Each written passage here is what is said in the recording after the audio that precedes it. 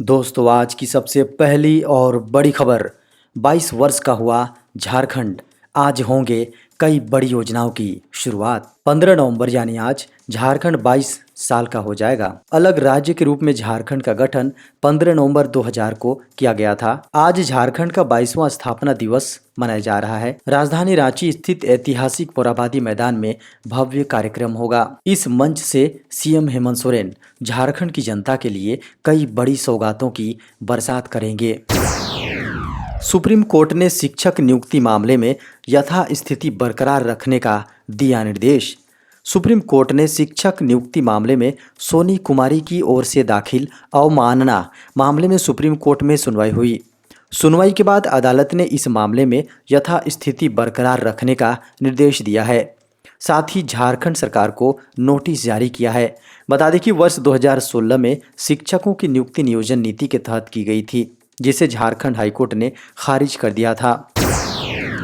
मुख्यमंत्री ने रघुवर सरकार के 5 मंत्रियों के खिलाफ दिया जांच का आदेश। मुख्यमंत्री हेमंत सोरेन ने पूर्व मंत्री अमर कुमार बावरी, रणधीर कुमार सिंह, डॉक्टर नीरा यादव, लुइस मरांडी एवं नीलकंठ सिंह मुंडा के विरुद्ध प्रत्यानुपातिक धनार्जन की जांच के लिए पीई दर्ज करने का आदेश दिया। रघुवर सरकार के इन सभी पूर्व मंत्रियों के खिलाफ अब एंटी करप्शन ब्यूरो यानी एसीबी कार्रवाई करेगी। मुख्यमंत्री हेमंत सोरेन ने इन सभी के खिलाफ जांच का आदेश देते हुए प्रीलिमिनरी इंक्वायरी दर्ज करने का आदेश दिया है। राजधानी रांची के सदर हॉस्पिटल में बड़े पैमाने पर होगी भर्ती। राजधानी रांची के सदर हॉस्पिटल में आईपीएच मानकों के तहत निचले क्रम के स्वीकृत 386 में से 342 पद खाली हैं। वहीं सोशल वर्कर सहित काउंसलर और सपोर्टिंग स्टाफ के 261 पदों में 135 की कमी है। स्वीकृत पदों की संख्या के हिसाब से यहां कई पद लंबे समय से खाली हैं। अकेले स्टाफ नर्स के ही 46 पद खाली हैं। झारखंड में 15 दिसंबर से 15 जनवरी के बीच पड़ेगी कड़ाके की ठंड। झारखंड में ठंड का असर शुरू हो गया है। पश्चिमी क्षेत्र से आ रही शुष्क हवा ने मौसम का मिजाज बदल दिया है। मौसम वैज्ञानिकों के अनुसार इस वर्ष पश्चिमी दिशा से हवा के बहाव का असर देखने को मिलेगा और रिकॉर्ड तोड़ने वाली ठंड 15 दिसंबर से लेकर 15 जनवरी के बीच में होगी। बताया गया है कि अभी हिमालयी क्षेत्रों में बर्फबारी हो रही है और कुछ एक इलाकों में बादल भी छाए हैं। बादल छटने के बाद झारखंड के तापमान में गिरावट आएगी। झारखंड के इन छात्रों को मिलेगा मेधा छात्रवृत्ति का लाभ। झारखंड के 1959 छात्र छात्राओं को राष्ट्रीय साधन व मेधा छात्रवृत्ति का लाभ दिया जाएगा। इसके लिए जिलावार कोटा तय कर दिए गए हैं। 9वीं से 12वीं तक के छात्र छात्राएं इससे लाभान्वित होंगे। इसके लिए 22 जनवरी 2023 को सभी जिला मुख्यालयों में मेधा छात्रवृत्ति परीक्षा आयोजन होगी। इसमें सफल छात्र छात्राओं में से जिलावार निर्धारित संख्या के आधार पर मेधा छात्रवृत्ति दी जाएगी। 1 साल के लिए हर छात्र छात्रा को 12,000 रुपये मिलेंगे। इसके मानक भी तय कर लिए गए हैं। 10वीं पास कर चुके युवाओं के लिए सीआईएसएफ में निकली भर्तियां। सीआईएसएफ ने 10वीं पास कर चुके उम्मीदवारों के लिए बम्पर पद पर भर्तियां निकाली हैं, जिनके लिए उम्मीदवार जल्द आवेदन कर सकेंगे। ये भर्ती अभियान 21 नवंबर से शुरू हो जाएगा। आवेदन करने की इच्छा रखने वाले उम्मीदवारों को आधिकारिक वेबसाइट www.cisfrect.in/ पर जाकर आवेदन करना होगा। इस अभियान के लिए आवेदन करने की अंतिम तिथि 20 दिसंबर 2022 तय की गई है। ये भर्ती अभियान सीआईएसएफ में कुल 787 पद पर भर्ती के लिए चलाया जाएगा, जिसके माध्यम से कांस्टेबल ट्रेड्समैन के पद पर भर्ती की जाएंगी। झारखंड हाईकोर्ट ने सरकार से पूछे कड़े सवाल, भूख से मौत की क्या है परिभाषा। झारखंड उच्च न्यायालय chief justice doctor Ravi Ranjan व जस्टिस एसएन प्रसाद की खंडपीठ ने अपने आदेश में कहा है कि आखिर झारखंड सरकार किस आधार पर कह रही है कि झारखंड में भूख से किसी की मौत नहीं हुई है।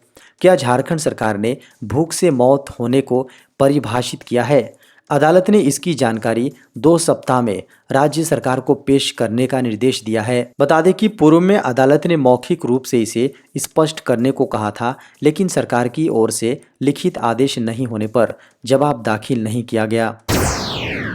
दुनिया में सबसे अधिक बाल विवाह भारत में हर वर्ष लगभग 15 लाख बच्चियों का बाल विवाह हो जाता है। भारत में दुनिया के 1/3 बालिका बधू हैं। ऐसे में बाल विवाह को ख़त्म करना अभी भी चुनौती बना हुआ है।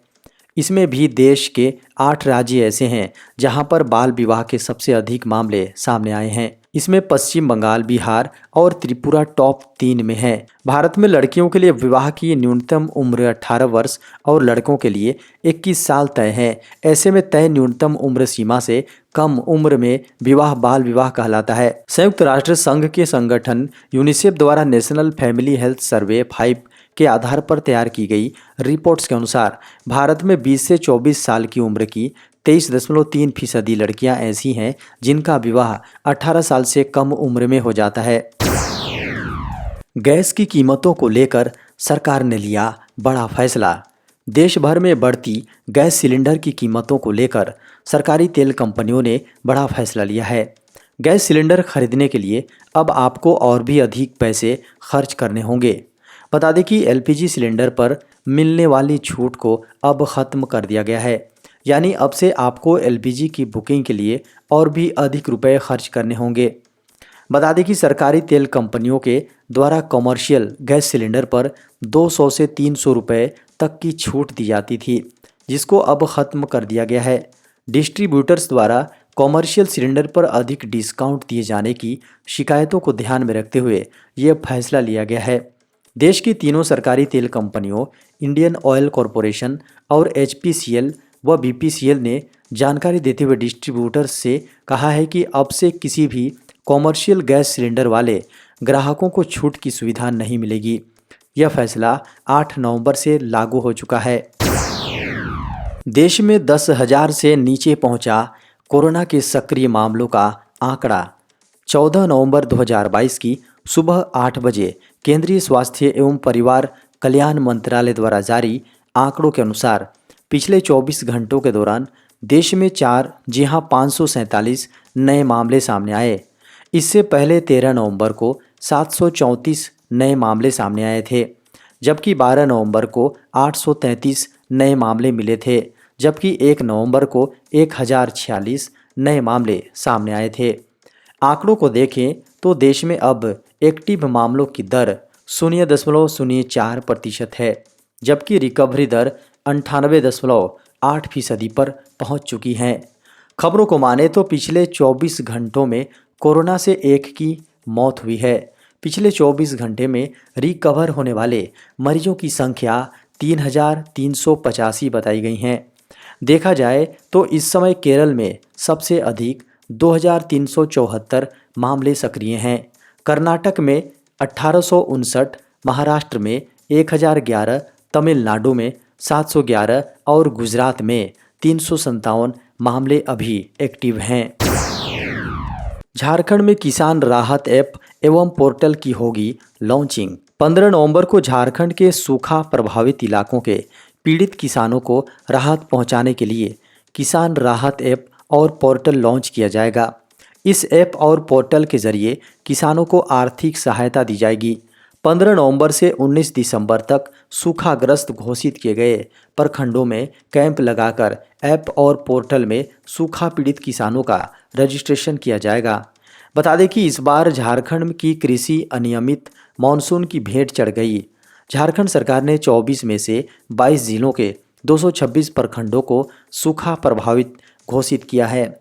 सरकार ने सूखा प्रभावित इलाकों में फिलहाल प्रति परिवार 3,500 रुपये की आर्थिक सहायता दी है। बाकी की सहायता केंद्र सरकार से मांगी गई है। अब इस देश की सेना में भी शामिल हो सकेंगे भारत के एनआरआई युवा। सेना में भर्ती की राह देख रहे भारतीय युवाओं के लिए बड़ी खबर सामने आ रही है। अब भारत के अलावा एक दूसरे देश की आर्मी भी ज्वाइन कर सकेंगे।